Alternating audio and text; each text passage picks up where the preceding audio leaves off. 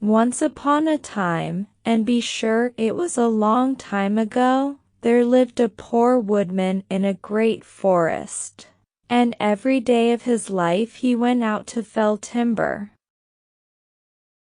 So one day he started out, and the goodwife filled his wallet and slung his bottle on his back, that he might have meat and drink in the forest. He had marked out a huge old oak, which, thought he, would furnish many and many a good plank. And when he was come to it, he took his axe in his hand and swung it round his head as though he were minded to fell the tree at one stroke. But he hadn't given one blow, when what should he hear but the pitifullest entreating, and there stood before him a fairy who prayed and beseeched him to spare the tree. He was dazed, as you may fancy, with wonderment and affright, and he couldn't open his mouth to utter a word. But he found his tongue at last, and, "Well," said he, "I'll do as you wishest." "You've done better for yourself than you know," answered the fairy, "and to show I'm not ungrateful, I'll grant you your next 3 wishes, be they what they may."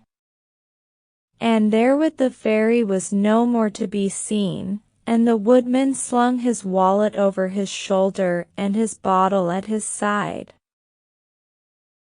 And off he started home. But the way was long, and the poor man was regularly dazed with the wonderful thing that had befallen him, and when he got home there was nothing in his noddle but the wish to sit down and rest. Maybe, too, it was a trick of the fairies. Who can tell? Anyhow down he sat by the blazing fire, and as he sat he waxed hungry, though it was a long way off supper time yet. "Have you nothing for dinner, ma'am?" he said to his wife. "Nay, not for a couple of hours yet," said she. "Ah," groaned the woodman, "I wish I'd a good link of black pudding here before me." No sooner had he said the word, when clatter, clatter, rustle, rustle. What should come down the chimney but a link of the finest black pudding the heart of man could wish for? If the woodman stared, the goodwife stared 3 times as much. "What's all this?" says she. Then all the morning's work came back to the woodman, and he told his tale right out, from beginning to end, and as he told it the goodwife glowered and glowered.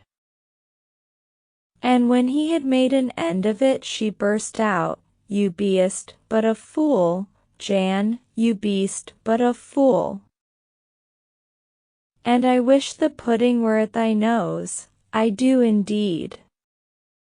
And before you could say Jack Robinson, there the goodman sat, and his nose was the longer for a noble link of black pudding. He gave a pull, but it stuck, and she gave a pull, but it stuck, and they both pulled till they had nigh pulled the nose off, but it stuck and stuck. "What's to be done now?" said he. "It isn't so very unsightly," said she, looking hard at him. Then the woodman saw that if he wished, he must need wish in a hurry, and wish he did, that the black pudding might come off his nose.